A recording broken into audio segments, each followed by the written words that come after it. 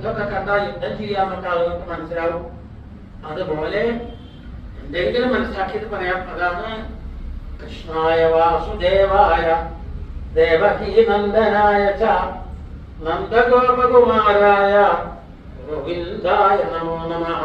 അങ്ങ് കൃഷ്ണനാണ്, എല്ലാവരെയും തല്ലിലേക്ക് ആകർഷിക്കുന്നവൻ.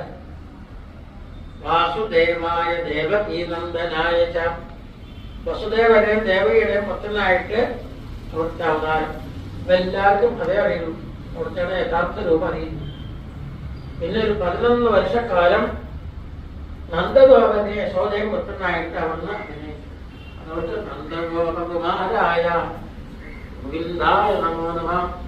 എത്ര കാലം കഴിഞ്ഞിട്ട് നന്ദഗോപന്റെ പുത്രനല്ല, നന്ദഗോപര് പോലും അറിഞ്ഞില്ല, ആരും അറിഞ്ഞില്ല. ഗൂഢാർത്ഥിയിലെ സഭയോ വസത ആരും അറിയാതെ കഴിഞ്ഞു. ഇങ്ങനെ അവിടുത്തെ ഈ അവതാര ലീലകളും ഇതൊക്കെ ആർക്കാ മനസ്സിലാക്കാൻ കഴിയാവുന്നതാണ്. ഏതായാലും ആൾക്കാർ പറയും പാണ്ഡവന്മാർക്ക് വലിയ ആപത്തൊക്കെ വന്നു, രാജസൂയൊക്കെ ചെയ്തിട്ട് പ്രയോജനം ഉണ്ടായിരുന്നു.